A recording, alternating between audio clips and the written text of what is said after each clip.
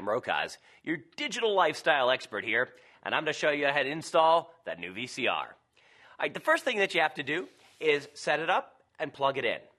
Once it's plugged in, you want to take a look at the back of your television and see what kind of connectors you have. Whether you're going to be going with HDMI or coaxial or the cable type, the RCAs with the red, white, and yellow, or Super VHS. Okay. For demonstration purposes here, on our install, we're going to be using the Super Video connector with the RCA for the audio.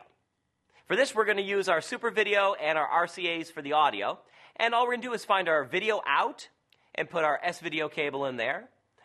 Now, we're going to find the video in on our television monitor. And our audio, we're going to come out to that and go right into the monitor. Remember, installing a VCR is easy. You got to get your cable in, you got to get your video out, and you got to get your audio out. There's a lot of different choices when you're hooking up home entertainment systems, and they're full bred, but this is your basic one to get you watching that VHS tape right away. I'm Rokaz, your digital lifestyle expert, saying, stream you later.